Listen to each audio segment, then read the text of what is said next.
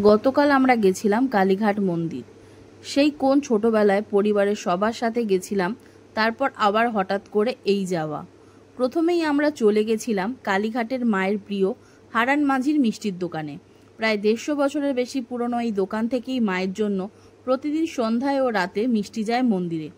এই দোকানের রসগোল্লা, ক্ষীরমোহন ও তোতাপুলি মা খুব ভালোবাসেন, তাই আমরাও মায়ের পুজোর জন্য নিলাম ক্ষীরমোহন, যা এই দোকানে চ্যাপ্টা রসগোল্লা নামেও পরিচিত। তারপর মন্দিরের আশেপাশের দোকানগুলি দেখতে দেখতে আমরা মায়ের জন্য একটি জবার মালা কিনে পৌঁছে গেলাম মন্দির প্রাঙ্গণে।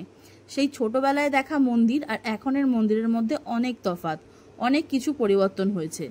মূল মন্দিরের ভিতরে ভিডিও বা ছবি তোলার অনুমতি নেই। কালীঘাট হলো 51 শক্তিপীঠের মধ্যে একটি প্রধান তীর্থস্থান। কথিত আছে এই মন্দিরেই মায়ের ডান পায়ের 4টি আঙুল পতিত হয়েছিল। ভিড় থাকলেও আমরা খুব ভালো করে মাকে দর্শন করে ভালো করে পুজো দিলাম। আমরা কিন্তু পুজো দেওয়ার জন্য কোনো পান্ডা ধরিনি।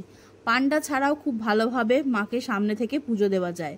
পুজো দেওয়ার পর মন্দিরের ভিতরে শিব মন্দির এবং অন্যান্য জায়গা ঘুরে দেখে তারপর আমরা চলে গেছিলাম এই শক্তিপীঠের পীঠ রক্ষক দেবতা নকুলেশ্বর ভৈরব মন্দিরে। সেখানে বাবাকে জল ঢেলে পুজো দিয়ে বাবার আরতি দেখলাম মন ভরে।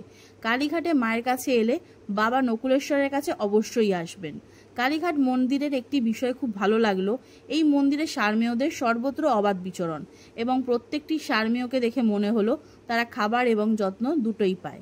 ওদেরকে কিছুক্ষণ আদর করে তারপর আমরা বাড়ির দিকে রওনা হলাম। বাড়ি ফিরে সকলে মিলে প্রসাদ গ্রহণ করলাম। জয় মা।